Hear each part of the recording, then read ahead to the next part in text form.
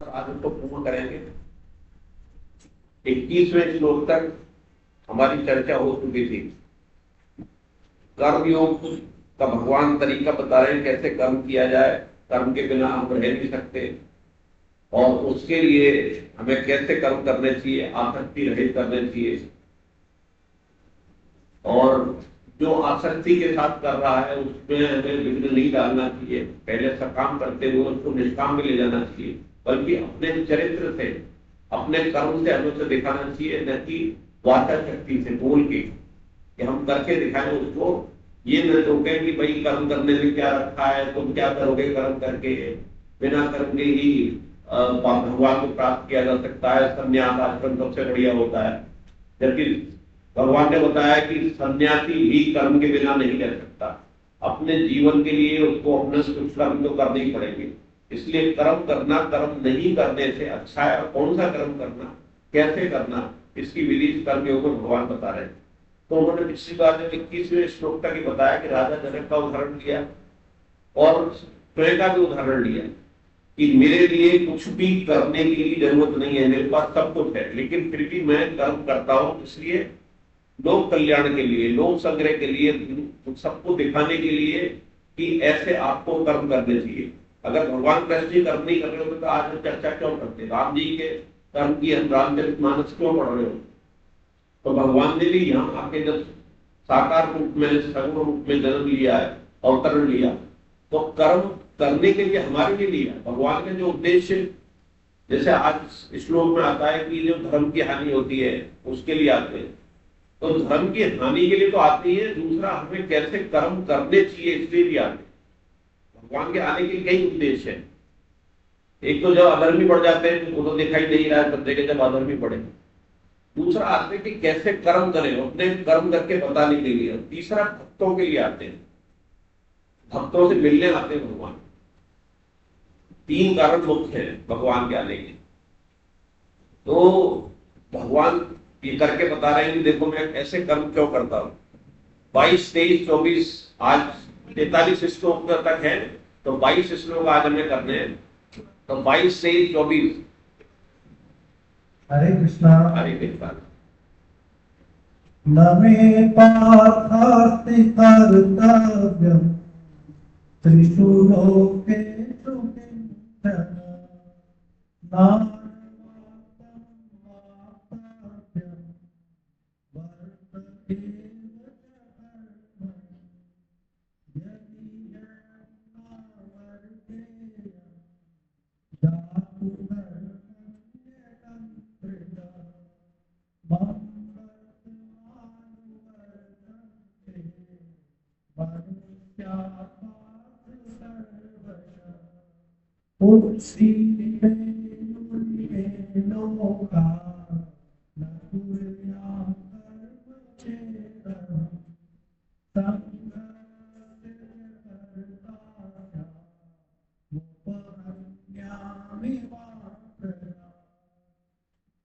हरे कृष्णा। हे पार्थ, मुझे तीनों लोकों में ना तो कुछ कर्तव्य है और ना कोई प्राप्त करने योग्य वस्तु अप्राप्त है, फिर भी मैं कर्तव्य कर्म में ही लगा रहता हूँ।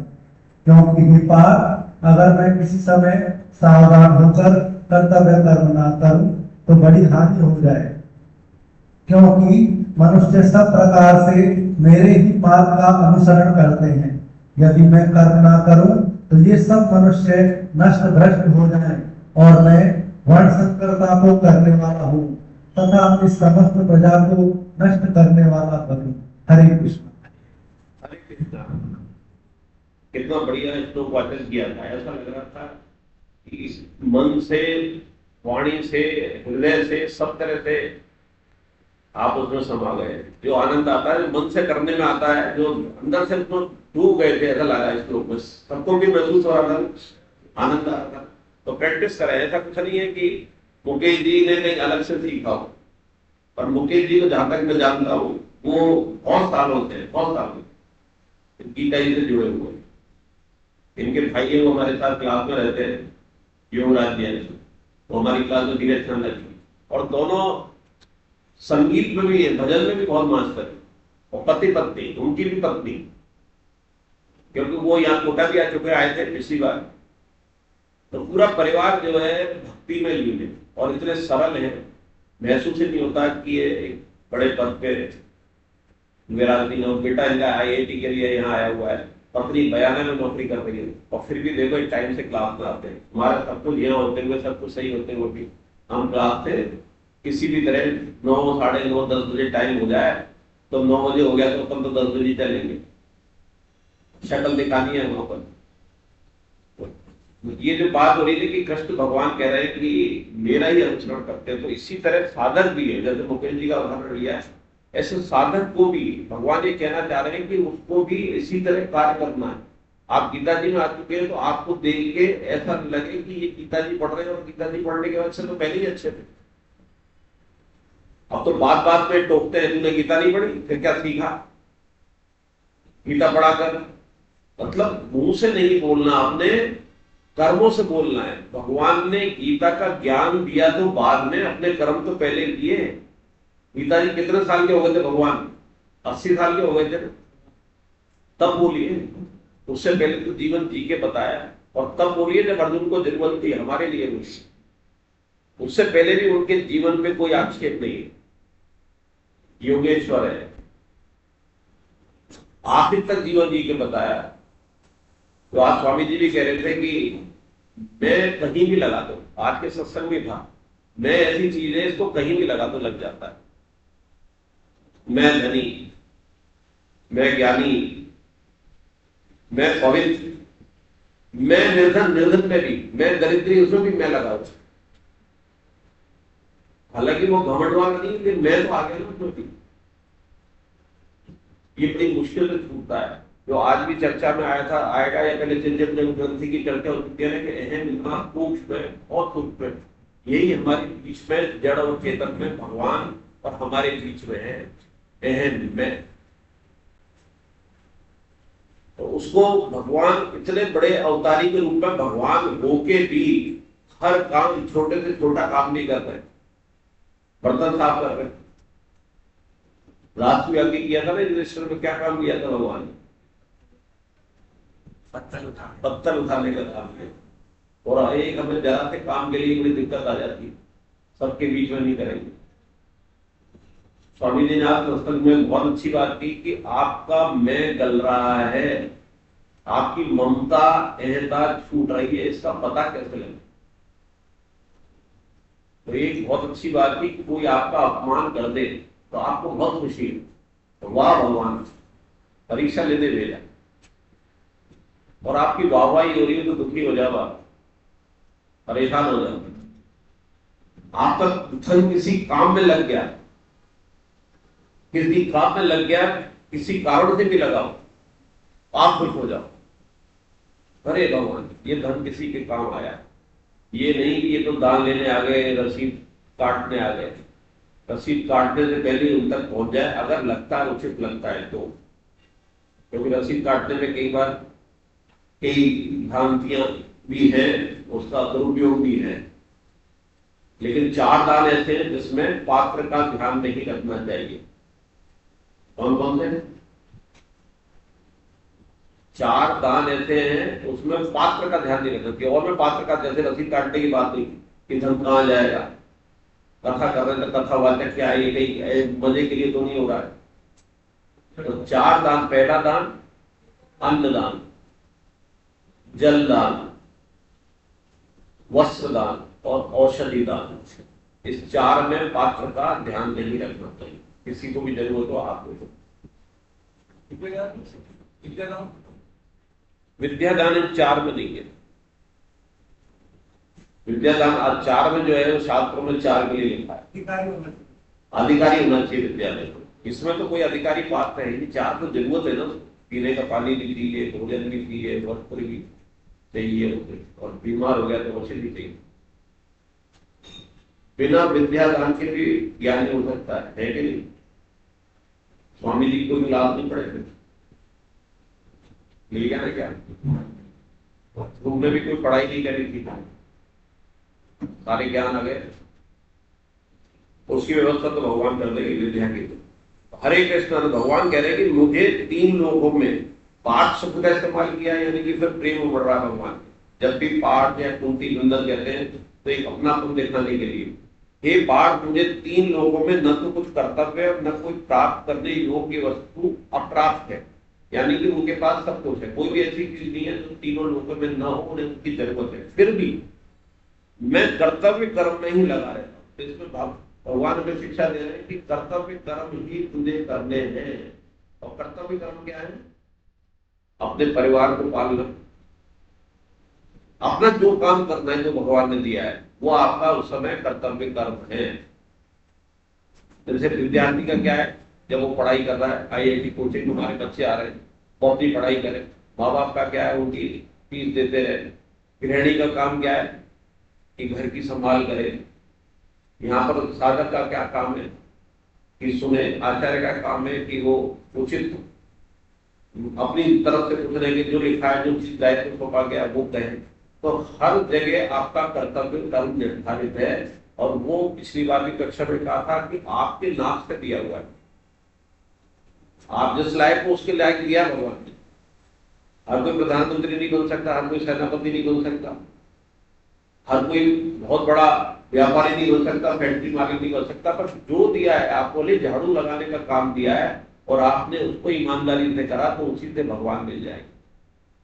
उदाहरण भी है, रैदास को जूते गाड़ते मिले, संतन कथाई को मांस काटता था, रोता जाता था, उसी में तोलता था भगवान, भगवान के दिल का अर्जुन। तो पाठ अगर मैं किसी समय सावधान होकर कर्तव्य न करूं तो बड़ी हानि हो जाए, क्योंकि मनुष्य सब प्रकार से मेरे ही मार्ग का अनुसरण करते हैं। क्योंकि जो भी बड़े होते हैं उनका अनुसरण करते हैं, जैसे हमारे माँ बाप है, हम उनका अनुसरण करते हैं। अगर पिताजी शराब पी रहे हैं तो क्या अपने बच्चे को शराब पीने से रोक सकते हैं? और पिताजी अगर दानी है, धर्मात्मा है, दयालु है, तो क्या बच्चा क्रूर हो सकता है? अपवाद हो सकते हैं, लेकिन संस्कार तो वहीं से पैदा हुए।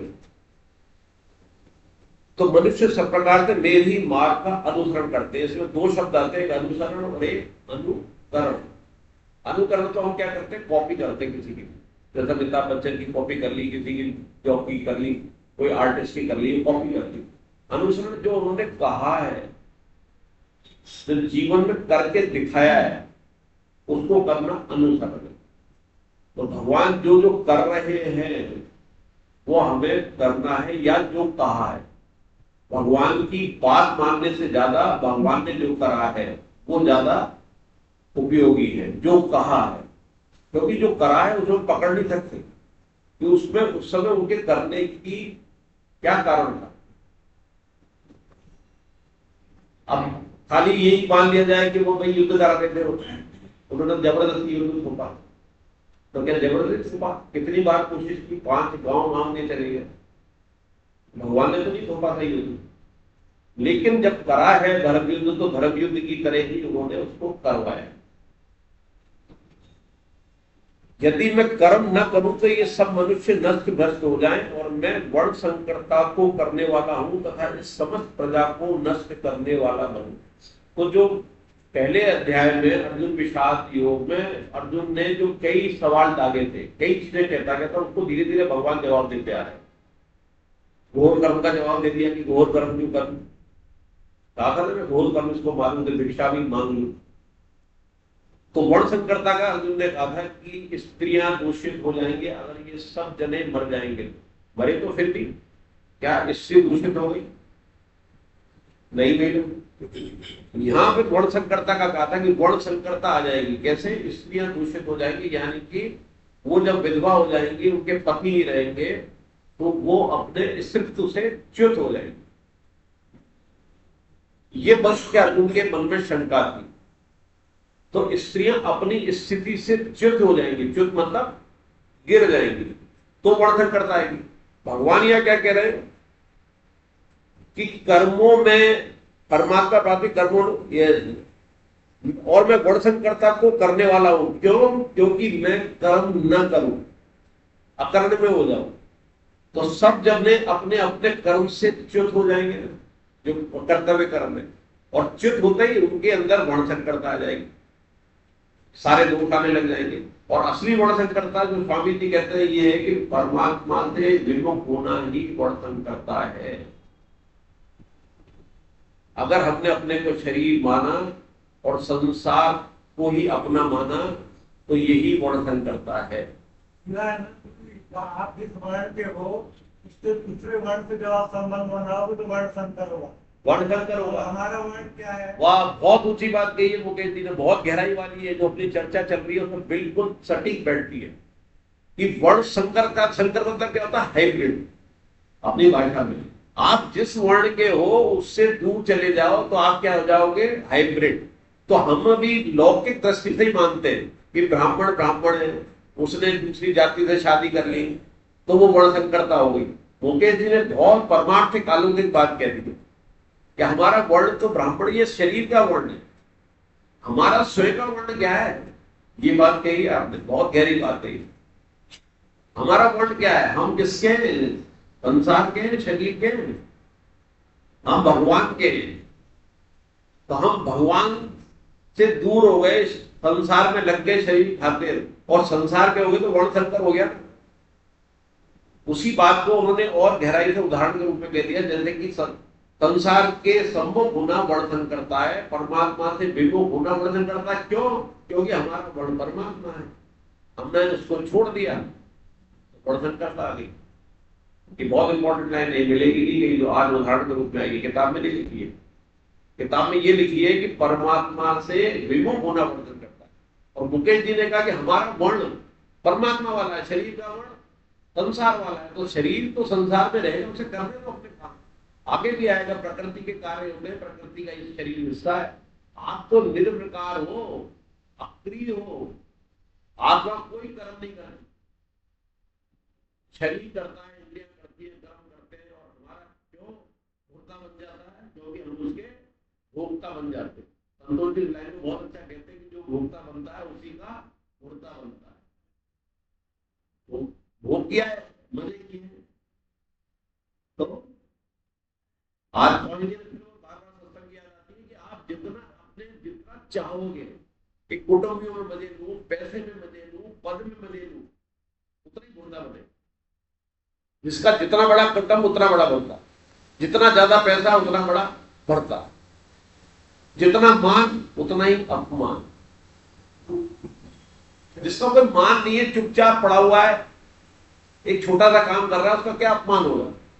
आपने जितना मान कमाया, संभावना उतनी है, संभावना क्या हो गई, उतना ही अपमान होगा।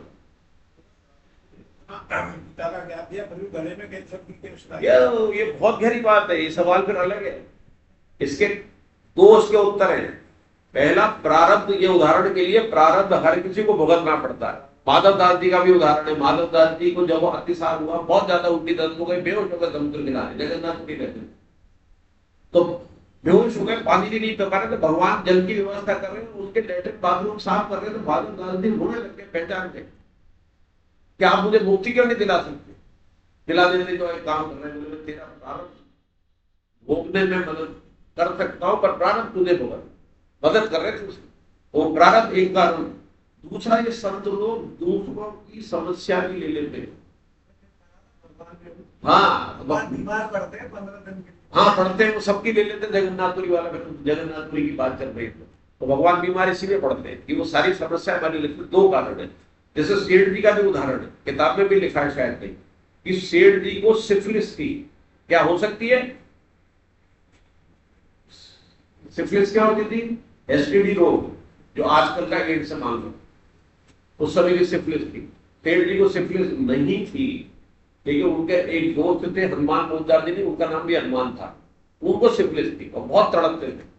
तो सेठ जी ने कहा कि तू मुझे दे दे, मुझे दे दे, तो वो ना करते थे। जब बहुत ज्यादा तड़पा दी तो बोले आधी दे, तो आधी उन्होंने अपनी बीमारी उसको, उसकी हनुमान जी की पूर्व के मित्र थे हनुमान पोद्दार जी, उनकी अपने ले ली।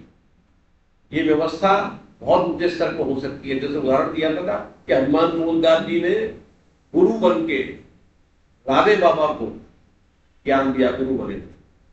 हालांकि दे नहीं सकते थे, वो ग्रस्त थे, वणिक थे, वो ब्राह्मण थे, लेकिन आत्मा के स्तर पे अपना शरीर छोड़ के वो ज्ञान दिया था। ये पहले क्लास में बात होती थी। तो हमारा वर्ण संकर न हो जाए तो हमें क्या रहना है, कृष्ण की तरफ रहना है, भगवान की तरफ रहना, हमारा वर्ण वो है। और उसके लिए क्या कारण है कि शरीर हमारा कारण है, और शरीर को क्या चाहिए, सुख चाहिए। हम पूरी जिंदगी सुख के लिए जीते, पूरी जिंदगी कोई संबंध बनाएंगे, कोई कर्म बनाएंगे, कोई क्रिया करेंगे, वो सुख के लिए होगी। भोजन भी करेंगे सुख के लिए करेंगे। कहीं जाएंगे तो पहले व्यवस्था देखेंगे, इस चीज से कमरा है कि नहीं, वहां जा रहे हैं, भले बहुत धार्मिक जगह, बहुत इंपॉर्टेंट जगह, लेकिन वो इंपॉर्टेंट से वो सेकंड हो जाती है, कमरा पहले होता है, एसी है कि नहीं। तो सुख आसक्ति टूट टूट कर हमारे अंदर बड़ी हुई है। दो चीजें बहुत बड़ी टूट टूट के बनी है, एक तो सुख आसक्ति है, दूसरा मत आग्रह। जो हमने मन में पाल रखा है वो इस जीवन का भी हो सकता है और पुराने जीवन से आया भी हो सकता है, स्वभाववश। तो वो इतना टूट टूट के भरा हुआ है कि उसको निकालना ही हमारी गीता जी का अध्ययन है, गीता जी का चरण में आना है। गीता जी हमारे दो चीज खत्म कर दे, मताग्रह खत्म कर दे, सुखासक्ति खत्म कर दे। सुखासक्ति खत्म हुई तो कामना खत्म, और कामना खत्म हुई तो सब काम निष्काम हुए, और कामना खत्म हुई तो समता भाव आया। पिछली बार चर्चा हुई थी ना 2 क्लास पहले, इस निष्काम से ही समता भाव आएगा, सकाम रहेंगे तो समता नहीं आएगी। तो सब एक ही चीज रिलेटेड है। तो क्या सबसे बड़ी चीज आई, सुखासक्ति। और सुखासक्ति के कारण ही हमारा अटैचमेंट आत्मा का किस्सा हो गया, शरीर से हो गया, संसार से हो गया, सुख लेने की इच्छा से हो गया। हरे कृष्णा। 25-26 हरे कृष्ण। संबंध हाथ खड़ा करें। संबंध लोक संग्रह के लिए कर्म करते हुए क्या सावधानी रखनी चाहिए बताते हैं। ये भक्त निशुद्ध अर्जुन, कर्म में सक्त हुए इस प्रकार कर्म करते हैं। आसक्त तत्व महापुरुष भी लोक संग्रह करना चाहता हुआ उसी प्रकार कर्म करे। सावधान तत्व महापुरुष कर्मों में आसक्ति वाले अज्ञानी मनुष्यों की बुद्धि में उत्पन्न न करें। प्रत्युत स्वयं समस्त कर्मों को अच्छी तरह से करता हुआ उन्हें उनसे भी वैसे ही करना है। हरे कृष्णा। हरे कृष्णा। लोक संग्रह के लिए कर्म करते हुए क्या सावधानी रखनी चाहिए बताते हैं। लोक संग्रह के पिछली क्लास में चर्चा होती थी। लोक संग्रह क्या है कि जो निष्काम भाव से दूसरे के हित के लिए कर्म किया जाए, निष्काम भाव से, और आखिरी क्या है कि उसको परमात्मा की तरफ कैसे लाया जाए, ये लोक संग्रह है। और बाकी अपने लिए इसका अपोजिट क्या था, भोग संग्रह। अपने लिए ही करना वो भोग संग्रह। संसार में जीने की कला ही है। कला क्या है कि अपने लिए कुछ मत चाहो, दूसरे की सेवा सेवा सेवा करते रहे। आपके जीवन में प्रारब्ध 2 चीजें आएंगी, कोई भी चीज में 2 चीजें आएंगी। क्या आएगा, एक तो अनुकूल और एक प्रतिकूल। यही तो आएगा ना प्रारब्ध वर्ष। और कोई भी कर्म में भी यही आएगा, अनुकूल मिलेगा या प्रतिकूल मिलेगा या नहीं मिलेगा। तो अनुकूल में क्या होगा, हमारे अंदर क्या अहम आएगा और कामना की वृत्ति आएगी, सकामता और बढ़ेगी। तो उसका उपाय क्या है, अनुकूलता में क्या करना चाहिए, कोई जवाब दे सकता है पुराने साधकों में? मुकेश जी को छोड़ के। यस, सेवा। आपके पास अनुकूल है मतलब एक्स्ट्रा है, तो एक्स्ट्रा का उपयोग क्या करना है, सेवा। उससे आपका एक तो कर्म कट जाएगा, निष्कामता आ जाएगी। सेवा में चाहना नहीं होनी चाहिए, चाहना होगी तो फिर बंधन हो जाएगा। आज किताब भी दी जाएगी आपको। आज का जो प्रसाद है वो कर्म संग्रह है और कर्म योगी चल रहा है। इसको बहुत ध्यान से पढ़ना, नहीं समझ में आया तो मैं सवाल पूछना, ये पूरी क्लास में काम आएगी ये कर्म संग्रह।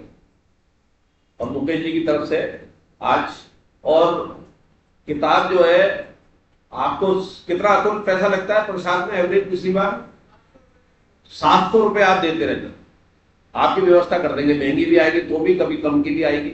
अब जैसे ये किताब महंगी आएगी 15 रुपए की, पर मेरे पास 10 रुपए वाली भी पड़ी थी पुरानी। इतना अंतर आ गया अभी 2-3 महीने में। मैंने पहले इकट्ठी कुछ खरीद रखी थी तो वो 10 रुपए में थी, अब 15 रुपए में आई। 15% कमीशन कम हो गया तो वो 700 का भी, जैसे मैं 3 हफ्ते की एक साथ लाया तो 2100 मिल बैठा, तो 700 का एवरेज आएगा। हाँ, कभी कोई बड़ी किताब लाएंगे तो 2 जने कर देंगे। बड़ी किताब मतलब वो 40-50 रुपए वाली अच्छी लगेगी तो वो 2 जनों का प्रसाद कर देगा। तैयार है सब इसके लिए, ठीक है ना। और ये सारी किताबें बड़ी छाट छाट के मेरे पास है लगभग सारी, 40-50-60 किताबें मेरे पास शौक है मुझे, इस बहाने से मैं पढ़ ही लूंगा। पढ़ नहीं पाता था, अब इसलिए पढ़ूंगा कि आप पढ़ लोगे, सवाल पूछ लोगे, इसलिए पढ़ना पड़ेगा। तो इसलिए मजबूरी में, पर भला होगा। पर ये किताबें बहुत अच्छी है, बहुत छोटी छोटी है। और पहले मुझे 10-15 साल से शौक है, पहले भी थी मेरे पास किताबें ये, और पढ़ता तो समझ में नहीं आती। जैसे लोक संग्रह के शरणागति है, शरणागति पे ही किताब है, आपको मिलेगी, वो भी आ गई है शरणागति। वो केवल एक श्लोक पर है, शरणागति श्लोक को पूरे पन्ने पर दिए उन्होंने 50 साल स्वामी जी ने। तो शरणागति समझ में नहीं आती थी, श्लोक संग्रह समझ में नहीं आता था, वासुदेव सर्वम समझ में नहीं आता था। एक वासुदेव सर्वम में एक कल बैठे बैठे विचार आया कि अपने इतने अवतार हुए, 24 है ना, 23 हो चुके, तो वासुदेव सर्वम का अवतार कौन सा है? मुकेश जी आप बताते। 23 अवतार सोच लो, वासुदेव सर्वम वाला अवतार जो सिद्ध करता है वासुदेव सर्वम। हाथ खड़ा करके अपने आप में बोल दो। कल बैठे बैठे विचार आया, वो आज तक खुद ही आ गया, लगाया है, सही है। वासुदेव 23 अवतारों में से वासुदेव सर्वम जिससे सिद्ध होता है वो अवतार कौन सा है? हाथ खड़ा करके, बीच में नहीं बोलना। मुकेश जी, आप महेंद्र जी, हैं? नहीं नहीं,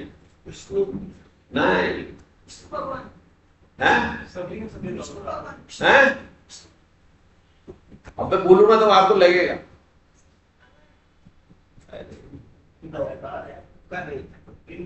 प्रहलाद को याद कर लो, तेरे भगवान कहाँ है? बोले कहाँ नहीं है। कहाँ नहीं है? तो उसने कहा इस खंबे में, बोले यहाँ भी है। तो आगे ना वासुदेव सर्वम सब जगह भगवान ने सिद्ध कर दिया मैं सब जगह। क्या मुकेश जी? वासुदेव सर्वम का अवतार, और मैं तो समझा अवतरण किया, एकदम प्रकट इसी में तो हुए, और वो भी भक्त के कहने थे। कहाँ नहीं है? तो उसने कंस ने कहा कि क्या इस खंबे में? बोला है इस खंबे में भी। तो इस बात को सिद्ध करने के लिए कि मैं हर जगह हूं, तो हमारे कभी ध्यान में क्यों नहीं आता कि जब प्रहलाद के कहने से खंबे में थे तो इस जगह है कि नहीं है, इस माइक में है कि नहीं है, सब जगह है। अभी आज के सत्संग में कह रहे थे, वो नाम ज्ञानदेव जी थे, कौन से थे, वो हर किसी को कोई मिल जाए उन्हें दंडवत प्रणाम करते थे। कुत्ता मिल जाए, बिल्ली मिल जाए, लेट जाते थे। मुर्दे के सामने भी लेट गए, मुर्दा जिंदा हो गया। गधा गधा था, वो गधे की लाश थी, गधा खड़ा हो गया। वासुदेव सर्वम का ये उदाहरण। हरे कृष्णा हरे कृष्ण। तो हे भारतवंशो, अर्जुन, कर्म में आसक्त हुए अज्ञानी जन जिस प्रकार कर्म करते हैं, आसक्ति रहे तत्व के महापुरुष भी लोक संग्रह करना चाहता हुआ उसी प्रकार कर्म करे। सावधान, तत्व के महापुरुष कर्मों में आसक्ति वाले अज्ञानी मनुष्यों की बुद्धि में भ्रम उत्पन्न न करे, प्रत्युत स्वयं समस्त कर्मों को अच्छी तरह से करता हुआ उनसे भी वैसे ही करवाए। क्या अर्थ है? कर्मों में आसक्त हुए अज्ञानी जन जिस प्रकार कर्म करते हैं, आसक्ति रहे तत्व महापुरुष भी लोक संग्रह करता हुआ उसी प्रकार कर्म करे। वो आसक्ति जन कर रहा है उसे करने दो, और आप भी बिल्कुल वैसे ही करो। पर आप किस लिए कर रहे हो? लोक संग्रह। और लोक संग्रह की पहली शर्त क्या थी? कि आप में आसक्ति नहीं है उन कर्मों में, वो भले के लिए हो रहे हैं, आसक्ति नहीं है और निष्काम है। तो उस तरह करता हुआ लोक संग्रह वाला स्वांगवत करता रहे, वैसा कर वैसे जैसा वो कर रहा है। अगर आप सीधे उसे मना कर दोगे कि तू एक कर्म मत कर, और खुद भी नहीं करोगे, तो दोनों का नुकसान हुआ। आप कर्म के बिना रह नहीं सकते, जो भगवान ने पहला कहा, और उसको भी आपने कर्म करने से रोक दिया, फिर करेगा क्या वो? कर्तव्य पालन हो, परिवार पालन हो, चाहे भोग संग्रह हो, चाहे लोक संग्रह हो, कर्म तो सब में करने पड़ रहे हैं ना, उसका तरीका बस अलग है। इसीलिए कभी भी कर्म और क्रिया अशुद्ध नहीं होगी। मुकेश जी मिश्रा के फिर गहरी बात है। क्या अशुद्ध होता है? उद्देश्य और भाव। उद्देश्य के पीछे ही भाव है, और भाव भी गलत और उद्देश्य सही हो तो भी पारमार्थिक प्राप्ति हो जाती है। जैसे सैनिक लड़ाई लड़ रहा है, उसका उद्देश्य क्या है? उसको मारना। दुश्मन है हमारे देश को, भाव उसके आ गया, गलत भाव भी आ सकता है उस समय कि भाव ये आ गया कि ये दूसरी जाति का है, दूसरे धर्म का, एक भाव आ गया। जैसे उनके आता है वो नशर हत्या करके जाते हैं हमारे, लेकिन उद्देश्य ये है कि मेरे देश के लिए कर रहा हूं, तो भाव गलत भी आ गया, ये दूसरे विधर्मी है, इसको और तरीके से मालूम है। तो भाव खराब होते हुए भी उद्देश्य ये है कि मेरे देश की मुझे रक्षा करनी है। तो भाव खराब भी हो जाए तो उद्देश्य अगर सही हो तो भी आपको परम गति मिल सकती है, भगवान मिल जाएगी। इसीलिए गीता परिचय अभियान में उद्देश्य पे बहुत जोर दिया जाता है। नए साधकों के लिए है कि जो अभी 6 अध्याय पे परीक्षा होगी, उसमें उद्देश्य के भी नंबर है। 7 बार आपको उद्देश्य लिखना है, और उद्देश्य लिखने से आपके अंदर दृढ़ता आएगी। आज भी आएगा कि कैसे हम कामना पे विजय प्राप्त करते हैं, उसमें आखिरी में वही उद्देश्य आएगा, तो आखिरी श्लोक आएगा। तो उद्देश्य लिखना है, दूसरे को गीता से जुड़ाना या भक्ति से जुड़ाना। गीता परिचय अभियान में तो गीता ही से जुड़ाना, उससे भी नंबर मिलेंगे, उद्देश्य के मिलेंगे। और किसके मिलेंगे? नाम जप के मिलेंगे। नाम जप से क्या होगा? नाम जप से क्या होगा? मन के अंदर, कौन से मन में? अंतःकरण शुद्ध होगा। फिर एकादशी के व्रत के नंबर भी हो, किस लिए? इंद्रिय संयम के लिए। एकादशी का व्रत, एकादशी के व्रत होना चाहिए, उससे असंयम इंद्रियों से नहीं होना चाहिए, बल्कि और ज्यादा बिगाड़ कर लेंगे कि आप पकौड़ी बननी चाहिए, आज ये बनना चाहिए, पहले 3 दिन पहले से नींबू तैयार। अगर फल से किया जाए तो बेस्ट है, दूध फल दही से किया जाए, क्योंकि उससे चिकनाई इतनी पहुंचती है। जितने भी आपके व्रत है उसमें जो सामान बनाया जाता है, जो साधारण रूप में बनाते हैं सामान्य रूप से, उसमें चिकनाई इतनी होती है जो आप 7 दिन में नहीं खाते, उसमें खा लेते। क्या आप कभी पकौड़ी खाते हो, हलवे खाते हो रोज? लेकिन व्रत में बनता है हलवा, पकौड़ियां बनती है, तो उसके नंबर मिलते हैं। और किसके नंबर मिलते हैं? ध्यान आ रहा है किसी को? 40 नंबर होंगे उसके। पुराने साधक को जानते हैं, तो 6 अध्याय में परीक्षा होगी। गीता प्रचार की बात हुई, गीता प्रचार करें, उसके नंबर है। स्वाध्याय, विवेचन सत्र, जो संतोष जी विवेचन सत्र लेंगे उसको भी अटेंड करना, उसके भी नंबर है। हरे कृष्णा।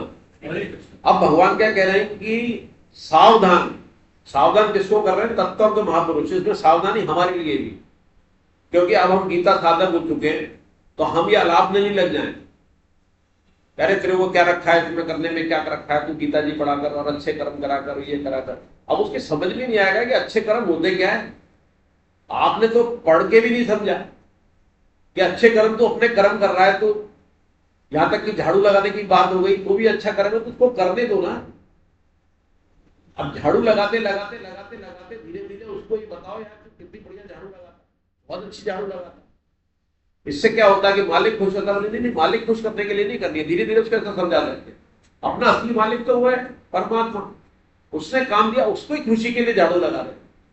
ये मालिक तो बदलते रहेंगे, आज तेरी यहां से नौकरी जाएगी, दूसरी जगह झाड़ू लगाएगा, पर वो मालिक नहीं बदलेगा। तो धीरे धीरे आपने सकाम से उसको परमात्मा की तरफ उसी झाड़ू से जोड़ दी, और आपने उसे घर बैठा दिया, तो एक तो उसकी रोजी गई, और उसे मंत्रोत्पन्न लगा दिया, तो मंत्र में उसका लगेगा, गीता पढ़ने मन लगेगा क्या? परिवार में रोटी की दिक्कत आ गई, तो उसके कर्तव्य कर्म करते हुए उसी कर्म से भगवान कैसे मिले, उसी काम से सकाम से निष्काम की यात्रा जो वेद हमें बताते हैं। वेद में यही तो सकाम है, सकाम सकाम। पहले पिछली क्लास में चर्चा आया था कि जो आया था ना कि मांस खाता है, तो अब उसी बात को पकड़ लेते पत्रकारों की तरह की, भाई मांस खाना लिखा है वेद में, लेकिन उसमें लिखा है धीरे धीरे छुड़ाने की विधि, कैसे छुड़ाया जाए। कि तू मंगलवार का व्रत करता तो यार हनुमान जी का तो कुछ दिन खाता, हनुमान जी को अच्छा लगेगा कि हाँ हनुमान जी छोड़ दिए। अरे शनिवार भी तो हनुमान जी का होता है, तो शनिवार छूट गया उसका। अरे वो तो शंकर जी के अवतार थे, बोला हाँ तो सोमवार भी छोड़ दे। जय जय जय हनुमान गोसाई कृपा करो गुरुदेव गिरे, तो गुरु के समान है, हाँ तो गुरुवार भी छोड़ दे। तो ऐसे करते करते तुमने सारा छुड़ा दिया, और जब वो एक बार भोग चुका फिर दोबारा उसको वृत्ति नहीं जाएगी, क्योंकि उसमें इतना आनंद आने लग जाएगा। इंद्रियां उसकी आपकी वहां आनंद ले रही थी, वो अक्को ले रही थी, उसे मजा आ रहा था, पर वो मजा परमानेंट नहीं था, हर मजे के बाद सजा थी वहां। और यहाँ वो मजा है जो विनोद जी अग्रवाल अपने भजन में गाते थे कि हमने तो ऐसे ही पिए। वो शराब की बातें बहुत करते थे, उन्होंने किसी जमाने में शराब पी, पर वो जो पहले पीते थे वो तो रात को पी और सुबह उतरी और फिर सिर दर्द हुआ, कसम खाई कि अब नहीं पिएंगे। और ये हम ऐसी पीते हैं कि जब पीती जाती है, पीते जाओ, चढ़ती जाती है, उतरती नहीं और कसम खाने की जरूरत नहीं होती। पीने ही पीने में मजा आता है। ये वो भगवान की भक्ति है, भगवान के गीत है, भगवान की गीता है कि इसके पीने में मजा आता है ना इतना मजा। जब आता है तो फिर ऐसा लगता है कि यार यही करते रहे तो धीरे धीरे फिर दूसरी चीजें अपने आप छूटने लगती। एकदम नहीं छूट सकती। किसी का अगर दोष दूर करने तो उसकी दोस्ती, जो कुसंगी है उनसे दूर करो और अच्छे दोस्तों में उसको डाल दो। जैसे मेरे पास कोई शराबी आता है, कल ही आया था एक, मैंने कहा एक काम करना, बोले था वो फोन कर करके बुलाते, छोड़ना चाहता है, पत्नी भी साथ की, कैसे छोड़ू साहब, बड़े मीठा बोलते हैं कि क्या है, बेकार है। मैंने कहा एक लपड़ मारा सबके बीच में, 4 दोस्तों के बीच में, मुकदमे तो दर्ज होगा, दुश्मनी हो जाएगी उससे। वो 5 भी तेरे से नहीं कहेंगे यार तो सबके बीच में झापड़ मारता, मेरा तेरे मन को कुछ इच्छा है इसलिए तू स्वीकार कर लेता। और पत्नी बोली हाँ मैं पढ़वा दूंगी। मैंने कहा आए अकेले मत मार, अकेले में तो वो छुपा जाए। वो 5 और 6 दारू में बैठे हो और वो मने करना कि यार मैं तो भाई अब नहीं पीऊंगा, मेरे तो बच्चे पालने हैं, तो एक काम करना कि तू उसकी एक के रेपट मार देना, बस केस दर्द हो जाए कोई चिंता नहीं, तेरी शराब भूल जाएगी और वो 5 तो तेरे पास नहीं आएंगे। लड़ाई एक साथ सबसे हो जाएगी तेरी, वो कह रहा तो पागल हो गया। तो ये पागल होना ज्यादा बढ़िया है जो तू पागल पहले हो रहा। हरे कृष्ण।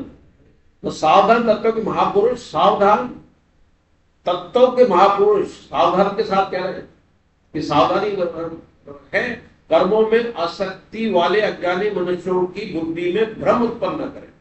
प्रत्येक स्वयं समस्त कर्मों को अच्छी तरह से करता हुआ उनसे भी वैसे ही करवाए। ये नहीं कहेंगे भैया तू क्या कर रहा है, ये तो अरे शंकर जी को मान रहा। शंकर जी तो 2 तरह के, एक तो अजन्मा है, पैदा ही नहीं हुआ, उनकी मूर्ति कहां से आ गई, कर दिया उसके ज्ञानी के भ्रम पैदा कर दिया। राम जी के तो कर ही दिया था, किसने करा था, सती माता के हो गया था, याद है ना वो कहानी, दोहराई के लिए। सती माता के हुआ 2 बार हुआ, सती माता के 2 बार हुआ। एक बार तो राम जी को देख लिया सीता विलाप में, और दूसरा कब हुआ था मुकेश जी, सती के कुंभज ऋषि, अगस्त्य ऋषि की जब कथा सुनने गए शंकर पार्वती के, जब सुनने चलते तो अगस्त्य ऋषि ने, कुंभज जी भी नाम था उनका, तो उन्होंने पांव छू लिए उनके, हाँ उनके पांव छुए। शंकर भगवान तो सती के आ गया कि यार ये आचार्य है, ये ज्ञाता है और ये श्रोता के पांव छू रहा है, तो भ्रम पैदा हो गया। ये कथा क्या सुनाई है, तो सती का पहला भ्रम तो वहां हुआ था, और उसकी पूर्ण अवधि जो है वो पहला ये क्या सुनाई, और पांव और छू रही है। तो ऐसे भ्रम पैदा न करें, क्या अपने कर्म करता रहे, स्वांगवत कराए और भ्रम पैदा नहीं करे। उसको जो कर रहा है धीरे धीरे उसको मोल्ड करे, उसके तो सत्संग बना के रखे, उसको अपने साथ जोड़ के रखे, अपने से छिटकाए भी दूर नहीं करे कि भाई दूर जा तू मेरे लायक नहीं है, तू ये काम नहीं करता, ये नहीं करता, उसको ये भी नहीं करना। हालांकि इसमें शोक नहीं है, बल्कि भाव इसका ये नहीं होना चाहिए कि आप उसको रोक नहीं रहे हैं करने से, तो उसको दूर भी न करें।